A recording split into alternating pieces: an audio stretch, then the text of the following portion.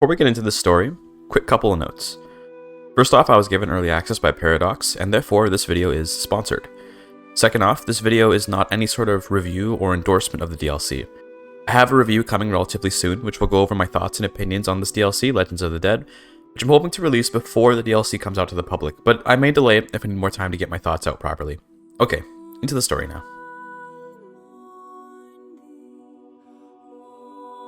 A universal ruler is a rare thing, but when they do come up, often the justification for it is their genetic connection to several important historical figures, or cultures broadly. Of course, the believability of these connections isn't always so high, but anyone who refuses the connection could find themselves at the end of a sword, or worse, at the end of a disparaging chronicle. There is no worse punishment for a long-term family than the shame of a writing meant to put them down, and that fear is one which is inherent to the supposed scourge that is the Sigurd family. Having enemies and defeating them is no reason to put down a substantially royal family, which is exactly what Ivar belongs to. In this world, Ivar the Boneless of the great heathen army is a jealous figure looking to obtain the greatness preserved for Christian families in Europe. If Ivar can prove his valor to the world in the only way he knows how, war, and then if he can connect himself to enough important figures, he could lift himself out of the shadows of the heathen origins and perhaps become a new Charlemagne. In a violent world like this one, asserting a person's existence and power is most easily done with the simple language of war, which is something Ivar is naturally acquainted with. When Aelle of Northumbria threw his father, Ragnar, into a snake pit, the message was quite clear, and Ivar intends to send a very similar message. He first went off to Uppsala to study European military tactics, as although he was quite a knowledgeable tactician, there was a world of other fighting styles out there which he'd have to master if he wanted to be a true warlord. And so, while his armies fought in Northumberland, he sailed to Sweden to consult with the Varangians and learn of their experiences in war. He was receiving letters from home describing his army's sieges across Northumberland, and was pleased to hear that there were no opposition from the Saxons yet. They were mostly focused on fighting his brother Halfdan's armies. There was a give and take of joy over this though, as without more armies to fight, there wouldn't be as much glory in the victory, but all the same, victory without death leaves more men around to fight greater foes. Either way, he focused back on his studies, which is more or less just stories of the battles fought by the famous Varangians who made it home to tell the tales. Although all the studying was stressful, Ivar returned home an exalted warlord and with a book chronicling the Varangian stories of war and victory. He returned home, seeing the flames of war alongside the coast as he arrived near Lothian. He returned just in time for his army to drag Aelle out of his castle to face punishment for his crimes. He was made into a blood eagle and left to rot. Ivar then prepared for his campaign in East Anglia, which he had ignored up till now, as Aelle was the more important target. He called on his brother Halfdan to help him in East Anglia, and the two sailed to Norfolk. The realm there fell without much fanfare, and Ivar now ruled 3 sections of Britain all to himself. It was naturally time he used these locations as staging grounds into the much richer regions of southern England. What he's really seeking is the prestige of battle, as the king in Wessex, Alfred, is well known for his strategic capabilities. If Ivar can prove his superior, he'll certainly earn a place among the nobility of Europe. As part of his campaign to legitimize his rule, he also went hunting for a stag. Rulers that can take down wild beasts are fit to rule, as far as even his own people go, let alone the locals. With Wessex burned and a new set of stag antlers on his wall, Ivar looked for further ambition, and in so doing, set his eyes on Paris. Previously, his father Ragnar Lothbrok had burned Paris down rather audaciously, and Ivar intended to emulate that. He sailed down the Seine into Paris and was successful in taking the French by surprise, but afterwards was met with the haughty French forces. Naturally, the descendants of Charlemagne believed their armies invincible, and so marched with confidence, but were met with hardened Varangian warriors that could make mince of their weakness. It was clear that the Frankish armies were almost ceremonial in their aptitude, as they were beautifully decorated, but ultimately incompetent. From there, Ivar ravaged the cities along the Seine as he marched back to Normandy, noting the fertility and beauty of the region. He went as far north as Guienne before heading back home to deposit his loot. Afterwards, he went back, but this time not for loot, although he did of course loot, but instead to scout out the region. Ivar had never seen a place like France.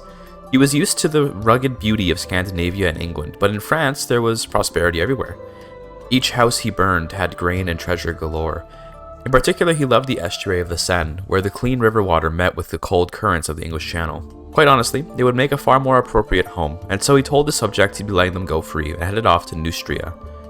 By now, the French army had toughened up a little bit as they were quite afraid of these new Viking menaces, but even with their Breton allies, they just couldn't match the experience, skill, and practice of the Varangian veterans, and so were defeated. After occupying most of Neustria, Ivar marched south to Paris to finish the war off, and walk not just in his father's footsteps, but one step further. He would not just loot Paris, but occupy it and sit in its throne temporarily. The French king was already gone, leaving his throne to Ivar, but he didn't want the French throne. He only wanted Neustria, which the French king granted him in return for a truce. This new land was fertile and beautiful, and Ivar found himself enjoying the luxuries of a rich land. He made the association of the southern direction with further riches, and so he sent his fleets to raid even further towards Hispania. Although Ivar had seen maps of such places, their existence was, in essence, unknown to him, so these explorations were important for broadening his horizons. He saw on the map the river Guadalquivir, which looked large enough for his longships, and on it sat the city of Córdoba. If Neustria looked rich, Córdoba was far beyond it, and Ivar saw the world before his eyes expand tenfold. While he sat with the Varangians in Uppsala, he had assumed that most of their stories were the natural exaggerations of any Scandinavian storyteller, and there surely weren't palaces of gold or warriors on horse clad in chain, but perhaps they were telling more of a truth than he thought. Ivar had heard of Rome, and indeed the maps in Rouen that he found had it marked in Italy, so he went there and found the Aurelian walls. Their beauty enraptured him, but what captured him yet more was all the Catholic gold and jewelry adorning just about everything beyond that wall. The Vatican was an immense store of wealth, and so he took that wealth. While to an individual their actions may seem of a proportionate effect, it's often the echoes of that action that take it to the stuff of legend. When Ragnar burned Paris down, he must have felt similarly, not even realizing that his actions would go on to inspire immense legends one day. Ivar had done a similar thing just now. The seed of a legend about the Viking sack of Rome was ready to be planted, and Ivar seized upon it. He would make a new legend about Ragnar, adding to his father's legend by crafting a story with his chronicler Gunhild about how after Paris burned, Ragnar did not simply go home. Instead, Ragnar took a trip to Rome, not to burn it, but to plant his right to rule there. You see, in the Aurelian walls was carved the runes for Ragnar's name, including the Sigurd dynasty's regalia. Of course, in reality, Ivar had put it there when he burned the city, but he could easily claim that his raid on Rome was in fact a prophecy from Ragnar, who believed that one day his progeny would burn the place down. This Ivar did. Upon returning home, Ivar hosted a feast and spoke of his new legend to the attendees, who were mesmerized by stories of the beautiful landscapes of Spain and Italy. One feaster mentioned another land which was a bit more familiar to Ivar, but foreign nonetheless. He mentioned the forests of Finland and how their beauty may be eclipsed by the Christian and Muslim south, but that their warriors were beyond reproach. Ivar, of course, took the opportunity to head there and check out these warriors and perhaps defeat them, so as to bring glory to his chronicle. He took his longships to Finland and fought friendly duels with the people there, as he spoke of tales from Rome and Córdoba. He also talked about Neustria, his new home, and how he would seek to establish a realm for the Scandinavian people that would love and exalt them in a land worth living in. While some Finns were inspired, others were insulted, as they loved their sacred groves and swamps. Nonetheless, some of the Finns came with him to pursue glory. It's of course the case that Finns are not the same as Scandinavians culturally or even religiously, but a fierce warrior is a fierce warrior, no matter their origins, so Ivar was happy to have them. His next conquest was west, in Brittany, which he would take as land for his sons to share. Brittany was just far too weak to resist, and so fell easily. He split its lands among his sons, who of course swore fealty to him. The hope was to get them some experience as rulers before perhaps they might one day rule their own realms.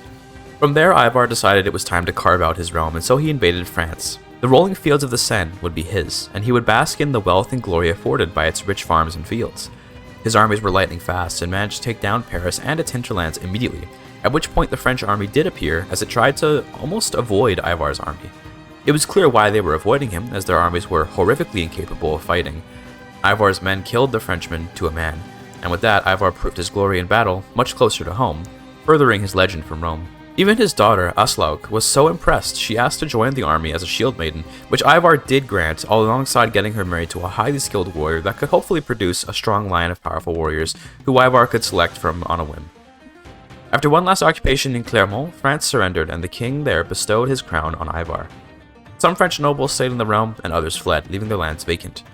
Ivar replaced those vacant lands with other Norsemen that campaigned with him, while allowing the local French lords to stay under oath of fealty. In response to this, two things happened. First off, the Pope, who was still enraged over the sacking of his city, declared a new era of organized Christian warfare known as the Crusades. And second, Ivar sought to consolidate his lands, which had pockets of Aquitanian loyalists in the region. He declared war on Aquitaine and won another war with ease. Soon after, word of the crusade hit the peasants and lords of Neustria, who rose up in droves to overthrow their heathen king. Ivar by this point could only laugh. The more they fight, the more his fame increases, as stories of his ruthless efficiency in war spread throughout the land. The Christian rebels were defeated, and the lords who rebelled had their lands revoked and their heads removed. Afterwards, to assert his new realm's position in France, he declared a new kingdom, Neustria. This kingdom was ruled from Rouen, not Paris, and would see a unique blend of French and Norse culture be its foundation, as Ivar also adopted the prestigious French language and way of life.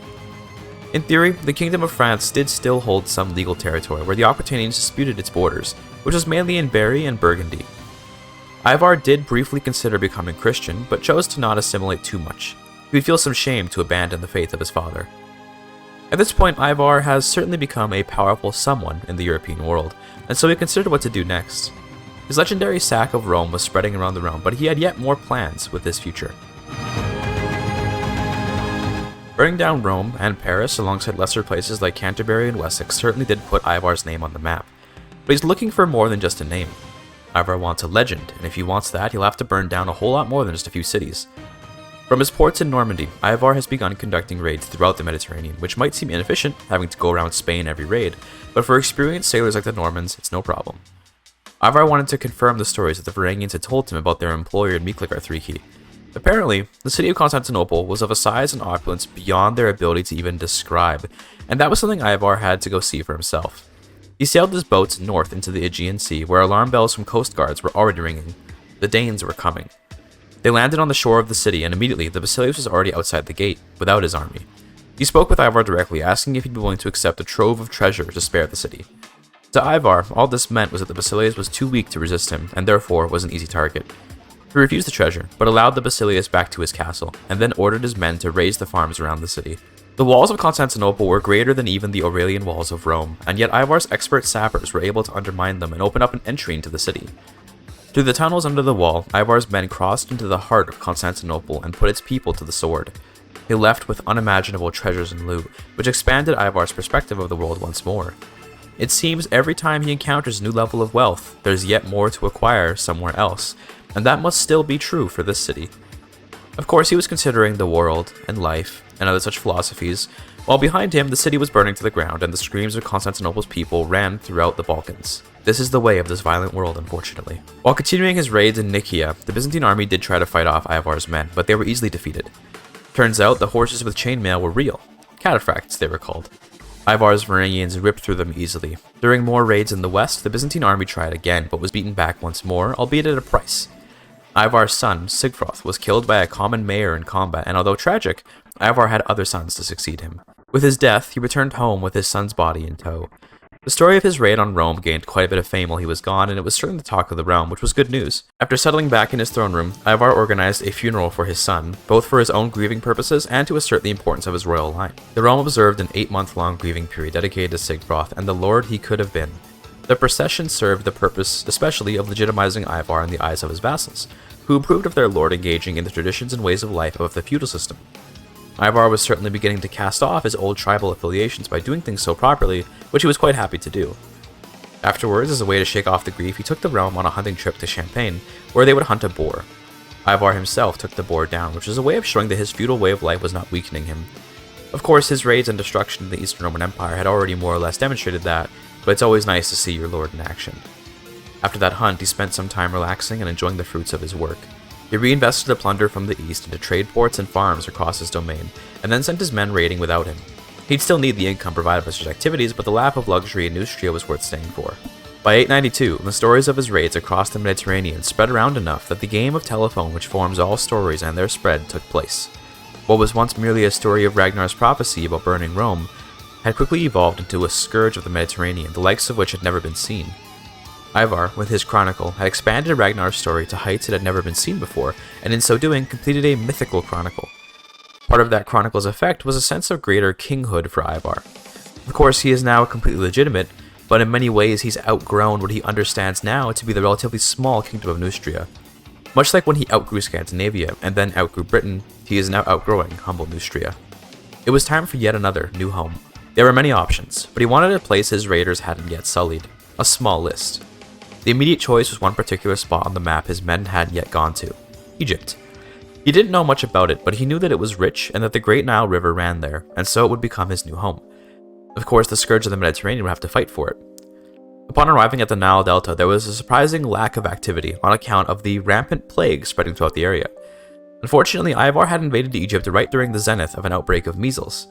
An interesting after effect of being such a rampant raider was that most of the warriors in Ivar's army had already experienced much of these diseases in lesser forms and built up tolerances to them. The Egyptian measles didn't have much of an effect on Ivar's men, except that many of the inhabitants of the area, whose homes and stores would have provided supplies, were evacuated. Nonetheless, down the Nile River, the army found Cairo, which was supposed to be a bustling city, now overrun with death. The real question for the Egyptians was which plague was worse, the measles or the Danes. It's a toss-up, really. After occupying Cairo and the Great Pyramids of Giza, Ivar's men heard of an army returning to relieve Cairo and met them on the field. The army was tiny, presumably cut down by the diseased land. Prince Humarawai of Alexandria was captured, and with him came the surrender of the Egyptian king, who probably wanted to rid his hands of this diseased land anyway. Moving the court to Cairo was easy, given Ivar really didn't have much to bring. He's a relatively new king, without all the inherited baubles and trinkets that centuries-long lineages often have. Back in Neustria, a local Norman, Berenger, took over the throne somehow. Ivar didn't really care how, as he no longer saw Neustria as his home. His new capital was Cairo. And after some renovations to get rid of all the dead bodies, it would be a home. The one nice thing about a county so devastated by plague is that settling new men in the city will be easier. Empty homes and abandoned shrines, which could be easily repurposed for their new owners, adorned the city. The Nile Delta went to Guthfrith, Ivar's third son. To his granddaughter Adelendis went the western deserts and oases of Al-Wahat. To his second son, Sigtryg, went the western peninsula of Libya. Ivar personally held Alexandria, Sinai, and Cairo, giving the rest of the land to other loyal nobles. From here, Ivar returned to old habits, raiding and pillaging the vulnerable coasts, and using that money to till the land back home. It was an ingenious system, really. For now, though, he sought yet more great lands, and to the northeast he often saw pilgrims of many faiths. If they were willing to cross the deserts and mountains of Sinai, there must be something valuable there, and so he was informed of Jerusalem by some Jewish merchants. He hadn't previously heard of Judaism, but found some connection with it, in part due to their mutual distaste for Christians who persecuted them both. He also met with Muslims and other Christians and heard tales of Jerusalem's importance to them. It was the site of many miracles by Jesus, and the site of the prophet's trip to the heavens. It was the site of great temples dedicated to Yahweh, which had been destroyed in the past.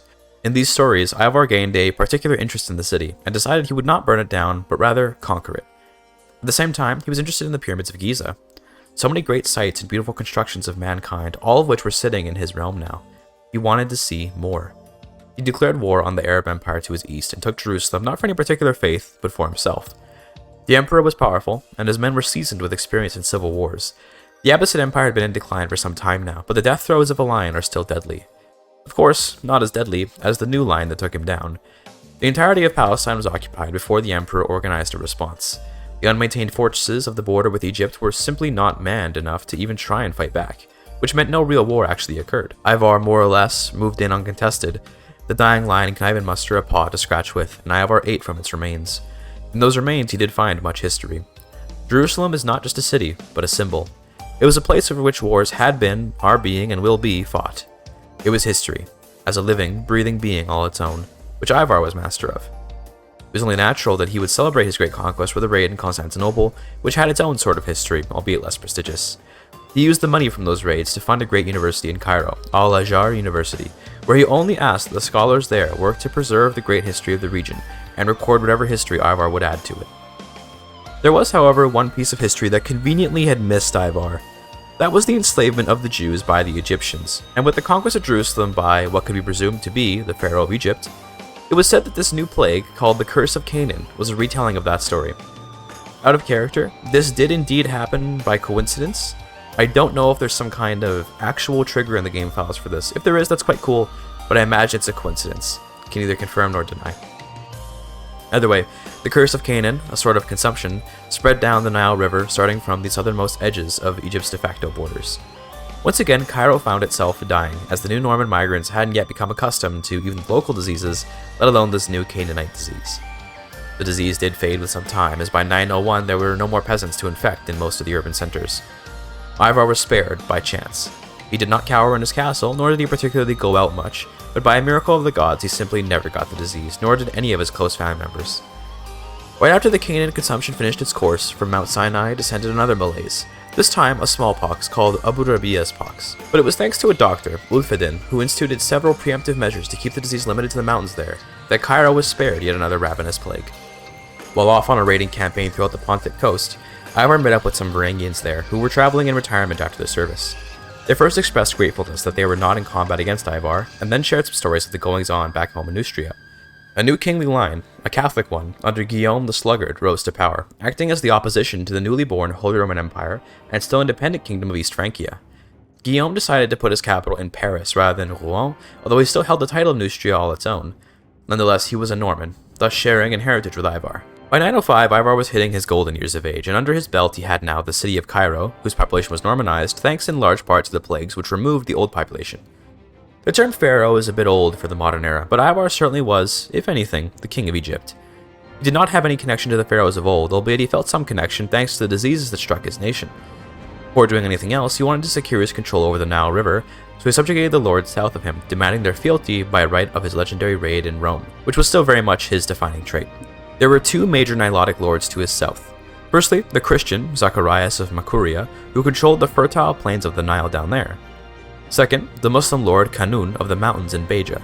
Both were defeated without difficulty, and now Ivar had a solid buffer between his core territory and any potential wars from the rising power of Nubia below him.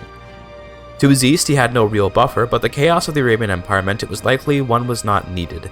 Instead, Ivar heeded the old tales of the pharaohs of Egypt, especially after what had happened with the plagues, and so chose to bring in some Jewish merchants who guided him to a rabbi that could undertake the conversion of him and his realm to Rabbinic Judaism.